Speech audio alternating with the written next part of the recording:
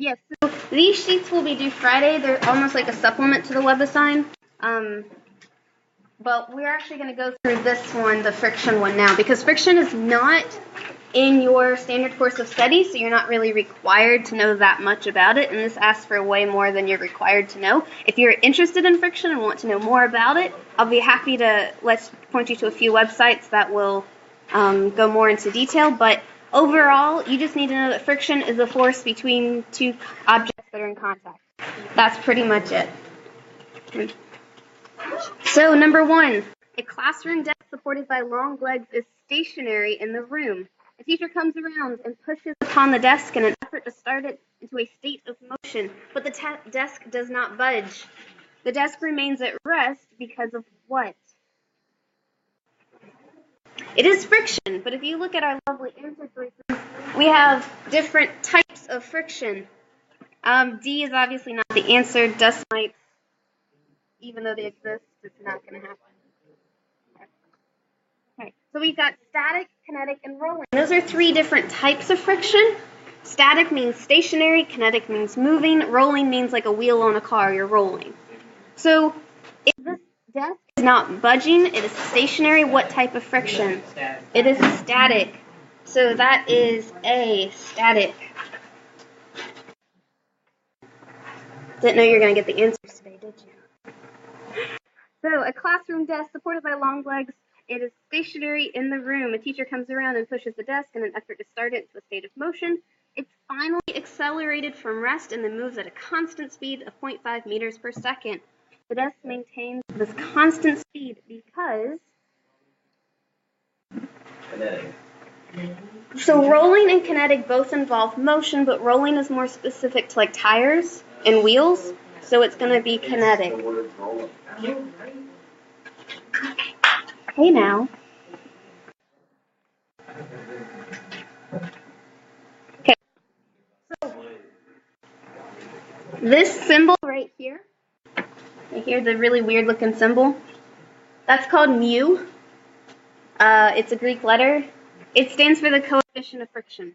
We don't go into the coefficients. That's one of those honors supplementary concepts that we don't go into, but just for you guys, it's a coefficient of friction.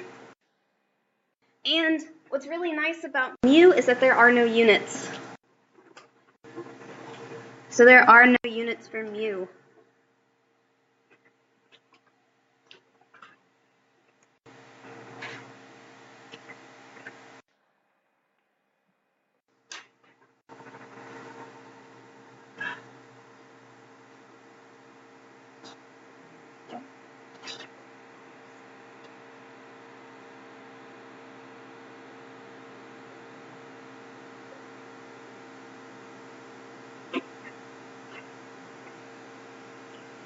So for the free body diagrams at the bottom, any place where it says mu equals, you do not have to worry about that.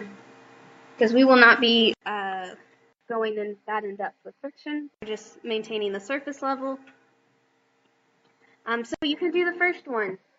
If we are it tells us our acceleration is 0. So what does that mean if we have 0 acceleration? We have a constant speed or at rest, which tells us what about our forces? They're balanced. So how do we balance this free body diagram? Yeah, so friction has to be 10.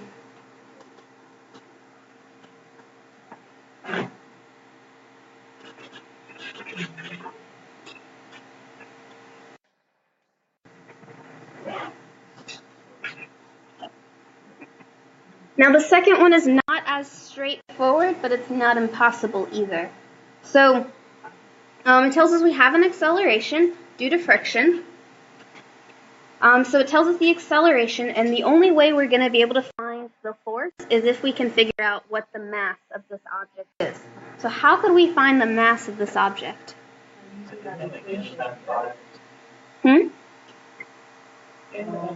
So we have this equation, and we will use it. We will use that in the second part, but we need a first step. Yes, right here. Force of gravity is equal to 12 newtons.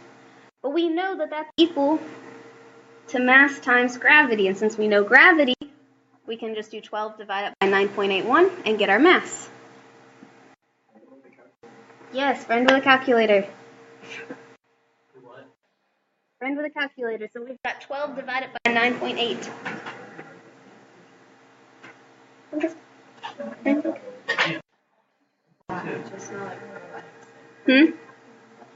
1.2.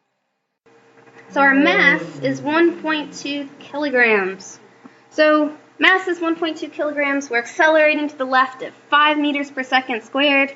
So we do 5 times 1.2 and get 6.1. 6.1 newtons. And so we essentially did this. My gosh. Okay. Am I right up here? Force of friction is equal to mass times acceleration. Okay. Mass is that 1.2 times the acceleration of 5. How'd you get that to yourself over there?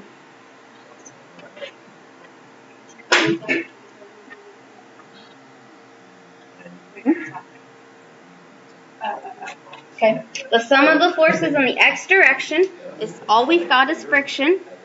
So if we have friction, it's equal to mass times acceleration, Newton's second law. Mass 1.2 times acceleration 5, we get 6.1 newtons. That's our lovely answer.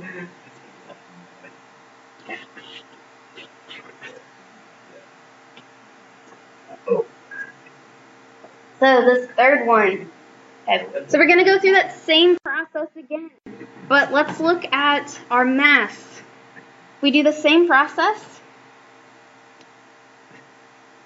12 equals m times g. What is our mass going to be? 12 divided by g, which we got from the last problem, which is 1.2. Yep. So that mass hasn't changed. That's helpful. Very helpful. Okay. But now we have to take it one step further. Let me make sure I stay on the page here. So the sum of the forces in the x direction is going to be equal to that applied force minus the frictional force. And that's going to be equal to our mass times acceleration. So it's not as straightforward as, saying mass times acceleration equals our frictional force. We also have to take into account that applied force. That was inappropriate. Yeah, man.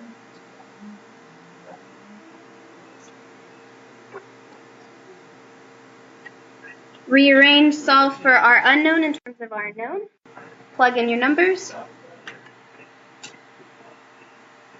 So we've got 16 newtons for our applied force minus our mass times our acceleration, which is 5. Okay. So, friend with a calculator, what is our frictional force? It's 9. It's like 8.9. 9.9. Yeah. 9 point what? 9.9. So 16 minus this 1.2 times 5 is what we got in the previous problem. So it's 9.9 newtons, and that's our frictional force. Okay.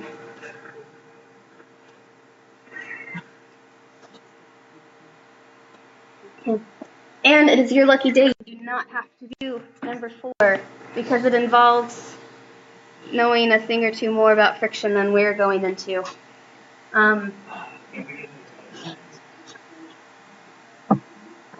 This problem is solvable. You just have to know how mu, the coefficient of friction, relates to the normal force, which we don't cover in this class. It's not provided for you on the state test. Honors physics does a little